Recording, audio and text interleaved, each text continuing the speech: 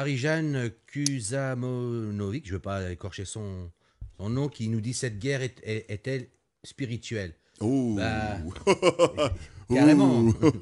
carrément. Et si Oui. je puis dire, le mal contre le bien, et on va pas se mentir, et je vais pas vous mentir, on sait très bien que le mal sait qu'il a déjà perdu.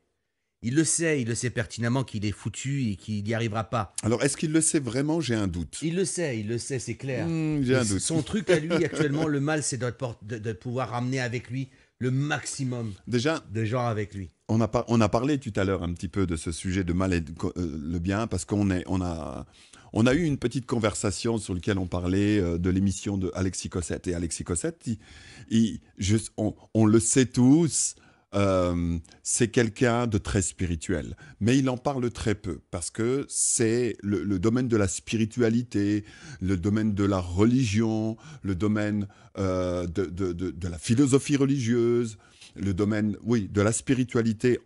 Voilà, c'est un sujet qui est tellement intime pour les gens que c'est vite une source de conflit. Donc, il rentre pas vraiment dans le sujet. Mais il a quand même, lors de son dernier web journal, abordé le sujet. Il y a été doucement. Il n'a pas été vraiment en profondeur concernant la religion. Il a juste tapoté un petit peu comme ça sur le sujet du bien et du mal. Et alors après, on peut regarder ça sous un point de vue religieux, comme on le souhaite, Philosophique. ou philosophie religieuse, ouais. Mais en fin de compte, on parle de quoi? D'une action qui apporte plus de mal que de bien. Ou alors d'une action qui apporte plus de bien que de mal. Ce qu'on voit tous les jours, on parle du bien et du mal, le combat du bien et du mal, mais c'est sûr qu'on est dans le combat du bien et du mal. Maintenant, si individuellement une personne traduit ça avec un concept religieux, philosophique ou spirituel, c'est son droit. C'est à combien il a sa propre conviction spirituelle. Mais effectivement, on est dans le sujet du bien et du mal, on le voit tous les jours. C'est pour ça qu'on se bat, parce que ça fait mal ce qui se passe. Donc on est dans ce combat du bien et du mal. Maintenant, d'un point de vue spirituel, par rapport à la spiritualité des gens qui sont en face, ouais, ouais. C'est pour ça que je remets sur... Oui. J'ai juste... tu sais, les psychopathes, quand ils font le mal, jusqu'à la dernière seconde, ils ont encore l'impression qu'ils font du bien, tu sais. C'est pour ça que je dis que jusqu'à combien ils savent qu'ils ont perdu ou Est-ce pas. que sont-ils réellement des psychopathes? On peut leur donner le nom qu'on veut, si vous voulez. Toujours est-il qu'il y a de la malveillance et il y a de la bienveillance. On revient sur ce concept de apporter plus de bien que de mal dans nos propres actions ou dans les actions des autres. Donc, je trouve qu'il y a effectivement, dans la somme des résultats par rapport aux décisions qui sont prises, plus de malveillance que de bienveillance. Par contre, c'est vendu sous le couvert de la bienveillance. Oui. Tu vois? Mhm. Mais voilà. Donc, effectivement, on est dans le sujet du bien et du mal. Ça, c'est certain. Mhm. Moi, je peux vous donner un exemple concret Alexis n'a pas de de la femme. malveillance. Hein. Euh, pas me considérer comme étant extra réveillé, éveillé ou etc. Mais même moi qui suis avec vous, et avec Mike, et avec toute cette équipe, et on vous donne des informations, parfois il m'arrive de temps en temps, comme ça, d'allumer la télé pour voir si ça marche toujours. Et voir ce qui se passe à l'extérieur, par le biais de cette petite lucarne qui nous emmène un petit peu partout dans le monde. Et c'est magique ce truc-là quand même, hein, quand on la regarde. J'arrive des fois à douter, j'arrive à douter de moi-même. Simplement en ayant allumé la télé, en regardant comme ça, ne serait-ce que 10 minutes. Et après, je secoue la tête, je fais waouh, mais qu'est-ce qu'ils sont forts quand même à la télé. Ils sont balèzes, arriver à me faire douter moi. Il faut le faire quand même. Hein. Donc, Et c'est- si ils y arrivent avec moi, Mm. imaginez. Donc, il paraît que même la télé, elle donne des virus. Hein. Elle attaque, hein, elle donne des maladies. Ah ouais? Ouais, ouais, ouais. D'accord, d'accord. Et c'est là où, justement, concernant l'influence des médias, l'influence du monde qui nous entoure, l'influence de notre voisinage, l'influence familiale, etc., bah, l'homme a l'habitude de vivre avec des interactions, tu vois. Et voilà. Et c'est là où j'ai envie de rentrer sur le sujet qui, moi, me tient à cœur. Je peux? Alors, on t'écoute, Mike. Je vais pas faire long, mais ça me tient à cœur. Parce que voilà, c'est pas toujours réel, c'est pas toujours vrai pour tout le monde. Et ça, j'en suis bien conscient. Par contre, je sais que ça parle quand même. Euh, Effectivement, je le disais tout à l'heure, mon arrivée dans Agora TV était liée. Je ne sais jamais sur quelle caméra je suis. Ok, je suis sur la Ah, c'est petite. bon, c'est celle-là. Non, D'accord, celle-là, parce qu'à voilà, chaque fois, celle-là. je regarde la grande. Non, vas-y, je te dirai, là, tu es bon. Voilà, je suis bon. Donc, je suis arrivé à Agora TV parce que j'avais fait une vidéo sur les artistes. Vous vous rappelez? Bah, cette vidéo continue à grandir. Elle a dépassé plus de 1,5 million de vues. Elle a fait 4 fois le tour du monde, etc. Et surtout, j'ai reçu en retour des milliers de commentaires. Et croyez-moi, j'étais le premier surpris de me rendre compte à combien le sujet des artistes par rapport à ce qui se passait et dans l'actualité présente, au moment où j'ai enregistré la vidéo, à combien les personnes attendaient quelque chose des artistes pour les soutenir. Et beaucoup ont eu une sensation de déception. Alors, une année après, ce que je peux vous dire à ce sujet, c'est point numéro 1. Ce n'est pas du tout la totalité des artistes qui sont du mauvais côté de la barrière. La quantité, d'un point de vue pourcentage d'artistes qui pourraient être du côté de la barrière, ne dépasse pas les 20% sur la somme des artistes. D'accord ? Bien évidemment, ils ont affaire, et même nous, dans nos propres vies, nous avons affaire parfois à des personnalités que j'appellerais des personnalités toxiques. Je pense que les artistes ont besoin, comme un tout à chacun, d'être capables de reconnaître des personnalités toxiques. Maintenant, ça veut dire, d'un autre côté, que 80% des artistes sur cette planète sont bienveillants pour leurs semblables. 80%. Ceci est un fait. Donc, sortons de tous ces amalgames concernant les artistes. Le problème, c'est que les artistes qui vous ont fait sentir ce sentiment qu'ils vous ont trahi, ce sont des artistes qui sont pour la plupart très médiatisés, parce qu'ils sont dans le système, justement, et c'est la raison pour laquelle ils sont très médiatisés. Mais ils ne représentent qu'environ 20% des artistes. 80% des artistes dans le monde sont vraiment des êtres bienveillants. Donc, en me penchant un petit peu plus près concernant ce sujet,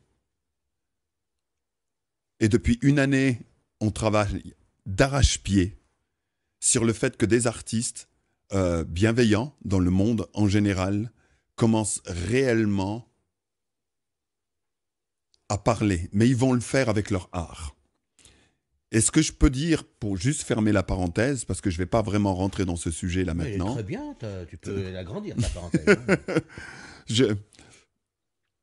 Quelque chose concernant les artistes, et ça c'est mon domaine, d'accord ? Ça c'est vraiment mon domaine. Je baigne dedans, je suis né dedans, c'est mon ADN, le domaine des artistes. Quelque chose de magnifique, quelque chose de beau est en préparation depuis des mois. De temps en temps, j'apparais et j'en parle un petit peu sans rentrer dans les détails. Mais cette chose qui est sur le point d'apparaître, que vous allez voir apparaître dans vos réseaux sociaux, on est le combien aujourd'hui ? On est le combien aujourd'hui? Je vais te dire ça. On est un petit peu hors du temps là. On est le lundi 19 avril et il est 22h59. Voilà. Vous voyez qu'on est bien en direct. Hein. Voilà.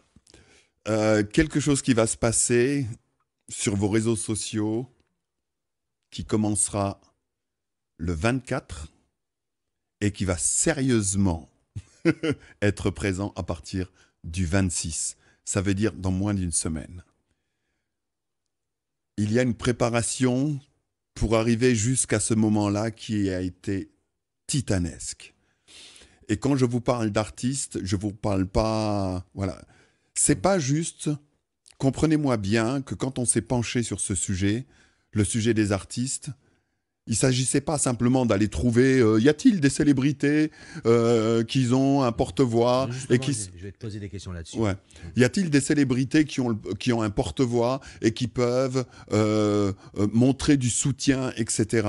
Le problème, c'est que quand on s'est penché sur ce sujet, on s'aperçoit qu'il fallait obligatoirement prendre une responsabilité de la situation beaucoup plus grande qu'on l'avait imaginé au départ. Et c'est pour ça que ça a pris du temps. Ce qui s'est passé, c'est qu'il y a un petit groupe d'artistes qui s'est dit, on ne peut pas juste aller secouer un artiste ou une célébrité pour lui dire prends un porte-voix, d'accord, qui se fasse tirer dessus et qui du coup 15 jours après rebascule dans le silence parce qu'on lui a montré que son avis n'était pas nécessaire et parce qu'il était à contre-courant. Il a fallu prendre responsabilité de beaucoup plus que ça pour faire quelque chose, un tant soit peu, qui fonctionne.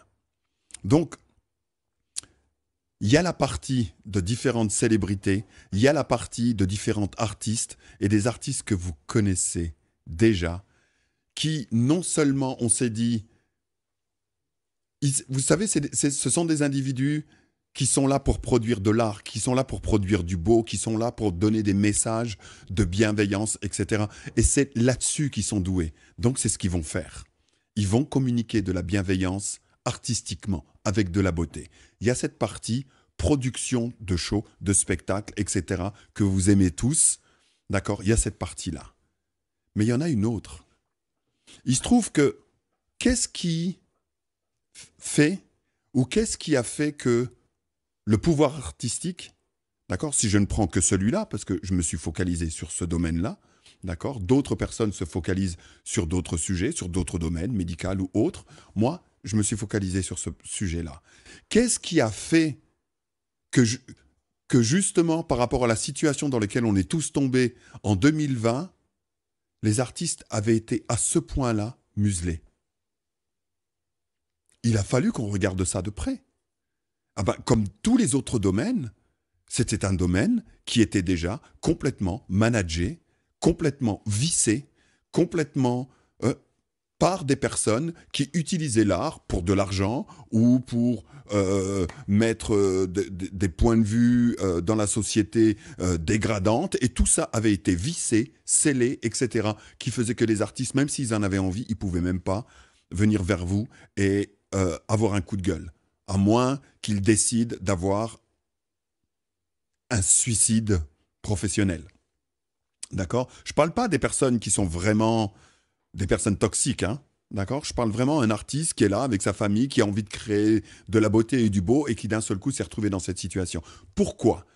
Ben, c'est parce qu'il était dans un système qui faisait qu'il ne pouvait rien dire. Donc si à un moment donné, on part du principe qu'en 2021 ou 2022 ou 2020, on était dans une situation où on est dans une situation où les choses doivent changer complètement, eh ben, il a fallu prendre davantage de responsabilités par rapport à cette situation et on a été plus loin.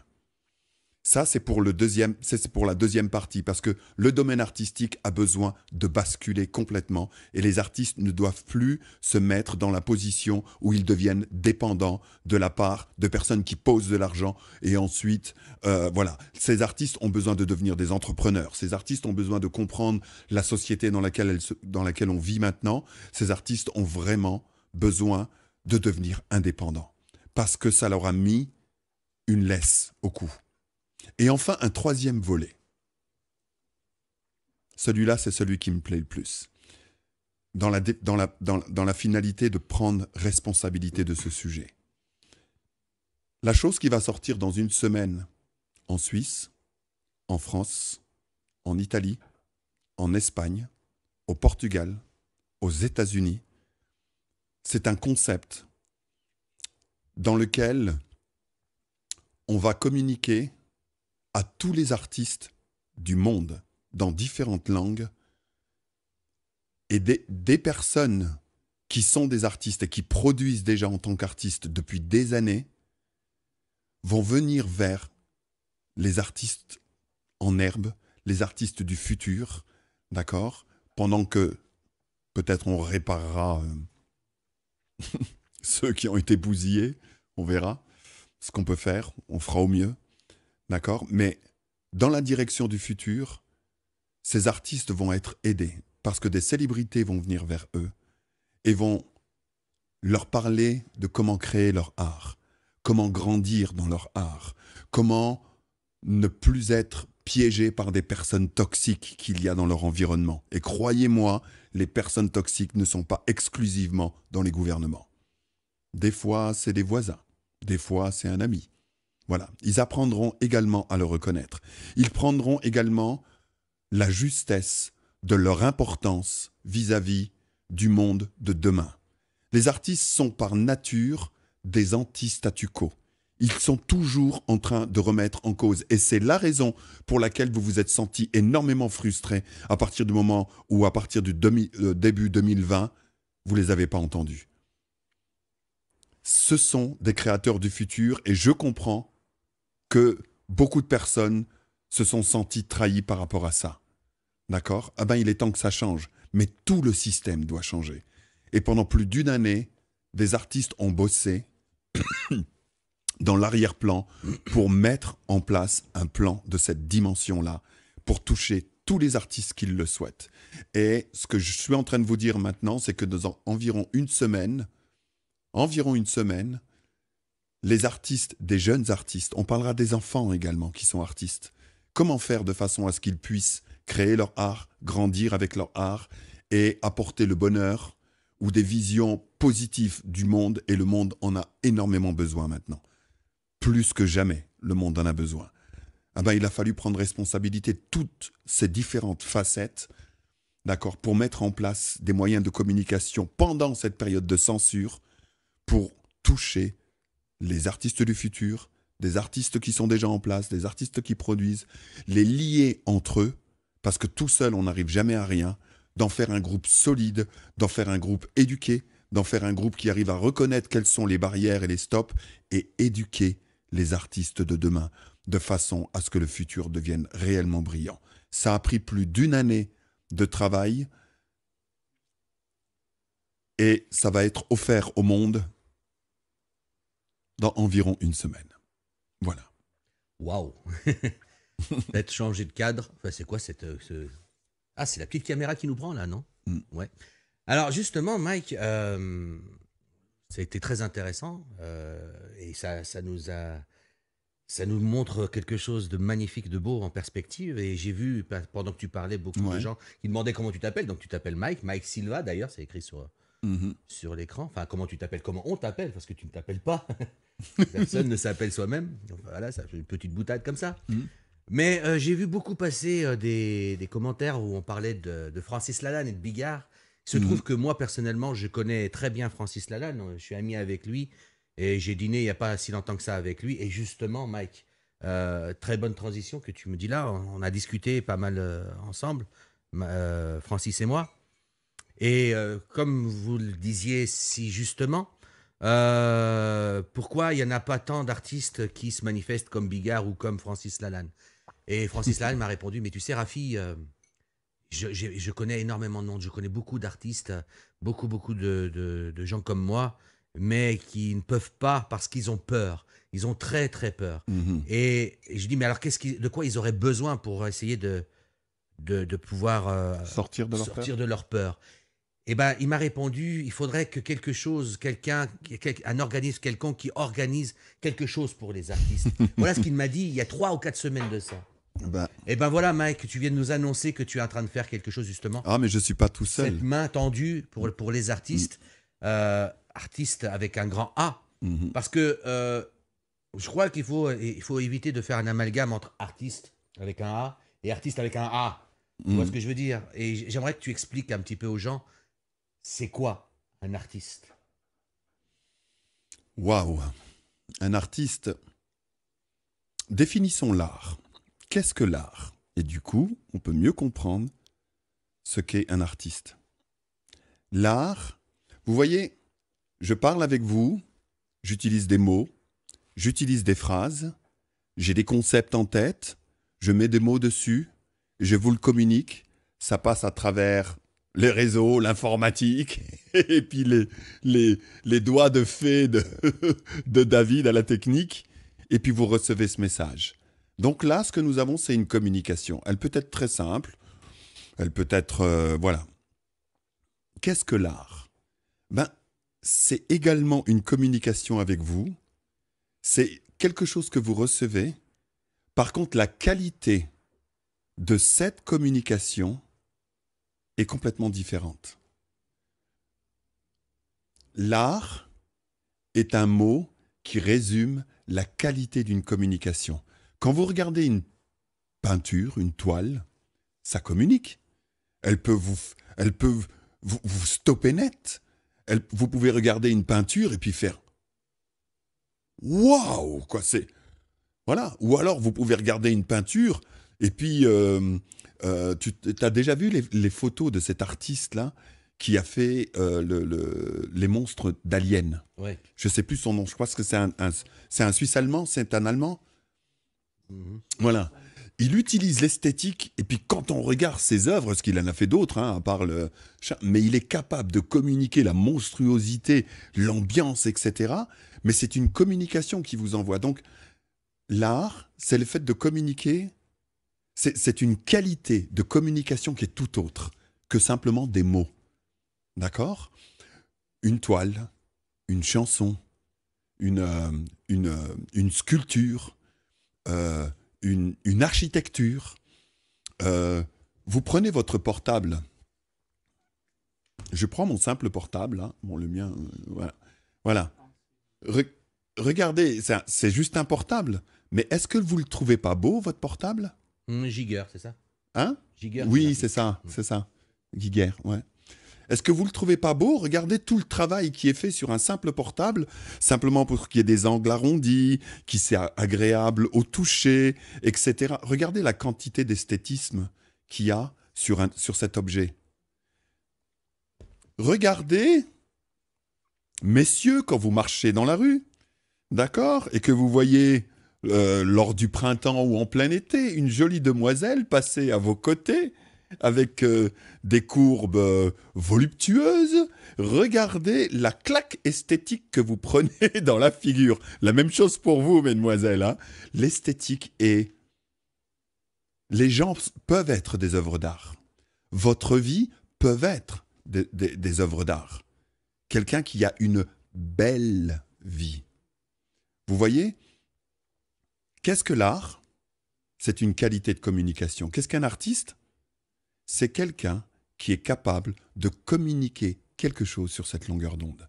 C'est quelqu'un qui est capable de pouvoir émaner non pas uniquement des mots ou des symboles, mais quelqu'un qui est capable de pouvoir émaner quelque chose sur cette longueur d'onde esthétique. Et elle est très très haute, la longueur d'onde esthétique.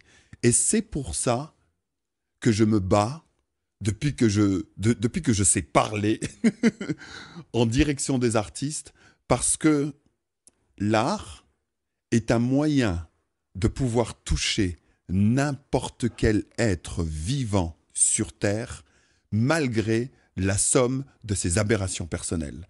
Malgré tous les conflits, la douleur, la peur, etc., l'esthétique et l'art en général peut passer au-dessus de toutes les formes de conflits et toucher l'être que vous êtes. Et c'est pour ça que les artistes, je ne sais pas si vous avez évalué pendant quelques secondes qu'il y a des artistes dans le monde qui ont plus de followers que n'importe quel président qui a jamais existé ou marché sur la surface de la Terre.